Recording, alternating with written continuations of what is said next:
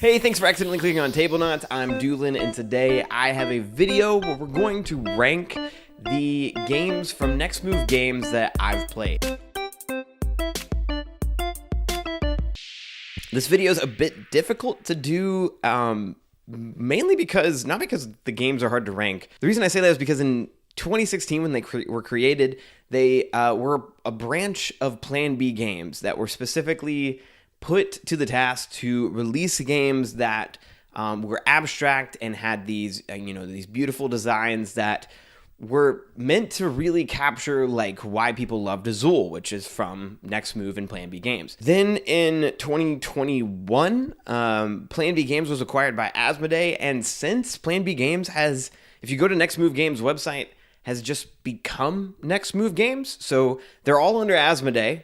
Plan B Games doesn't exist anymore, and Next Move Games, the company that was created, or the group that was created to publish games under Plan B Games, is now Plan B Games. Like it's a bit difficult, but we're specifically just going to rank the ones that have, the Next Move Games sticker on them, and also are on their Board Game Geek page and all of that. So those are the only ones we're going to do. First of all, I need to say the ones that I've not played. They just released, or are releasing this year, a game called Tree Society, which I know nothing about. And then on top of that, they also have released a game called Tukey and Reef. That being said, let's quickly rank these 8 until we get to the very best one, and we'll talk about why it's the best. Number 8 is 5211. I have specifically the Azul Special Edition. And this game is pretty much taught to you through its title. It's a very quick, light card game where you're always going to have 5 cards in your hand. In round 1, you're going to be playing 2 cards face down, and everybody flips at the same time. Then you'll be playing 1 card each, and then you'll be playing 1 card each. And at the end of that, you'll check for scoring based off of the number of cards of a specific color that are around the table. Whichever has the most will be checked first. And as long as they're under a threshold based off of player count, those will be the cards that score. And all of them have numbers written on them, and that is how many points that card will score. It's a game about kind of deducing around the table, okay, this person's gotten a whole bunch of points before, and so I don't want to push, they just played a 5 in purple, so I'm not gonna play purple cards. Or another person just laid down 2 yellows, so they must have a better yellow in their hand, and so I definitely don't want yellow to win. And so do I think I'll push them over the threshold by playing more yellows, or what?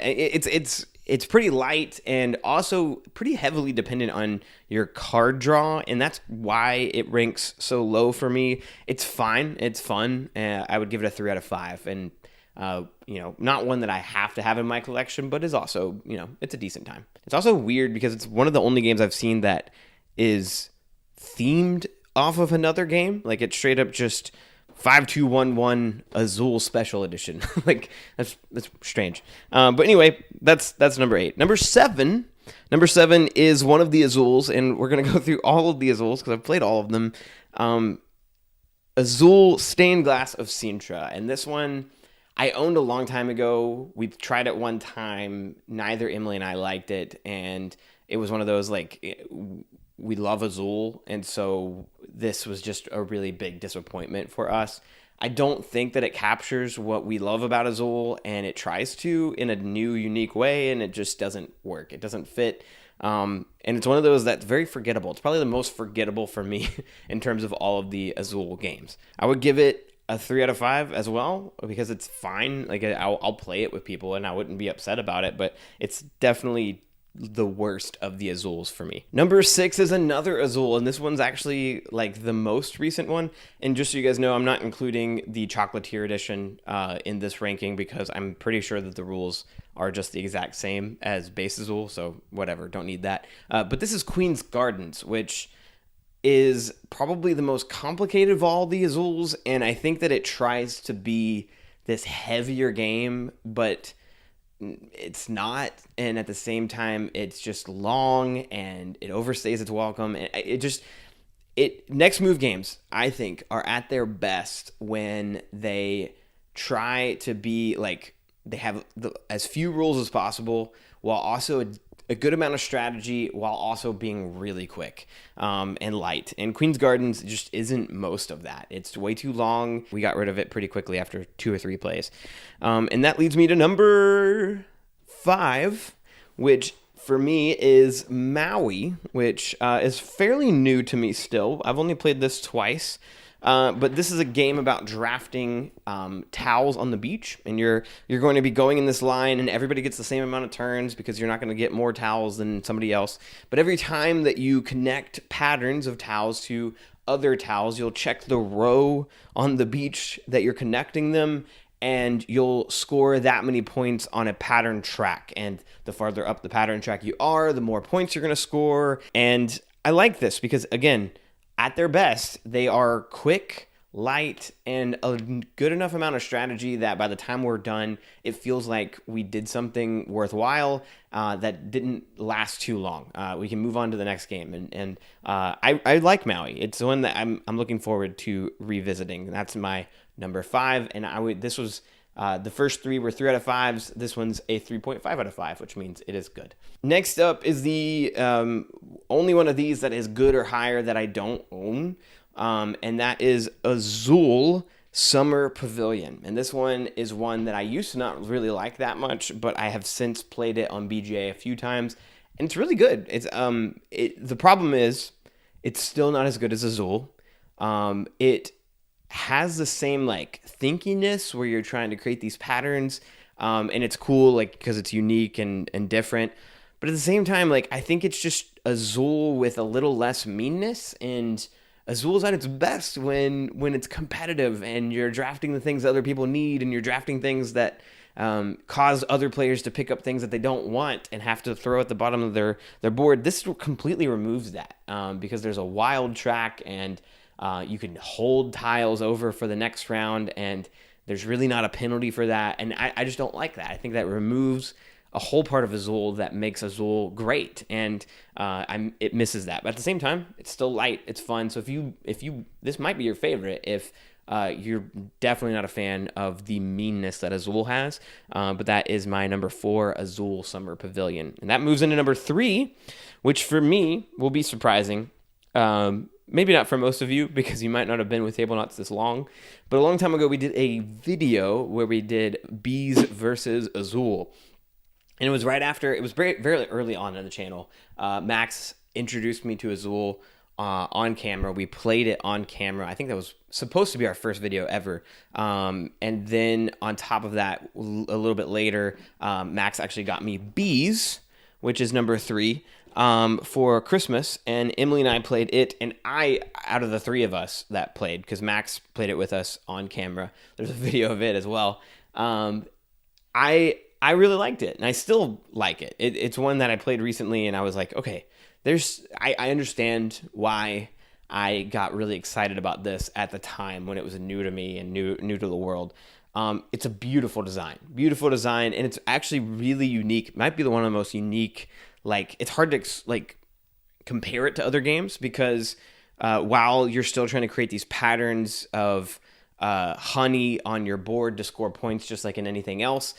In this game, the way you collect is not just simply by drafting them. You're moving these bees around the board, and the bees have specific ways that they're able to move. So it's like pick up and deliver, but the rules for the pick up and deliver with the bees are so weird because you're never allowed to move forward, left and right forward, 2 to 4 spaces, back or 1 to 5 spaces, back and right 2 or 4 spaces, and then completely backwards 3 spaces. And so it's just really strange. It does this thing to your brain where you're just like I know where I want to go, but I have no idea like the pattern it is to get there. And I think that's what I like that it does to your brain. And on top of that, there's just there's hidden objectives, there's public objectives that you're racing for, and I like that in games a lot. And it feels like Next Move had found just a really good game to publish, and that's why it's my number 3. I used to, when we did the comparison video with Azul, say,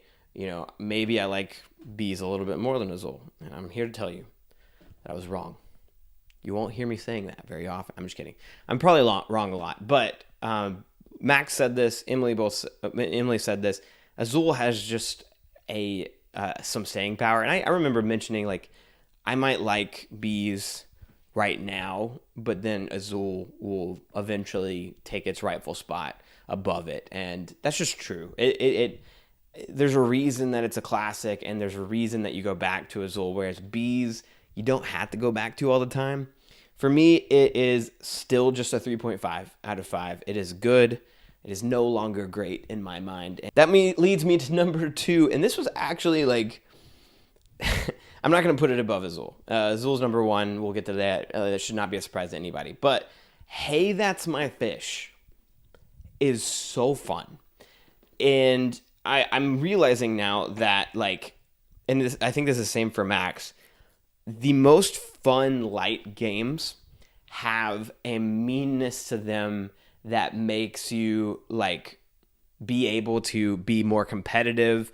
It's filled with more, like, like, you got me type of moments, and getting got and also getting others is just a blast to throw in games. And Next Move does such a good job with these. I know they didn't design this, they just republished it, but it fits for them so well, because we'll get to why I love Azul, but Hey, That's My Fish is essentially just placing penguins on a board, moving around and trying to trap other people so that you get more fish than them. And it is so silly. I compare this to, like, the hexagon map on what is that game called, where it's the little, like, people running around and you're trying to be the number 1 out of 100 people.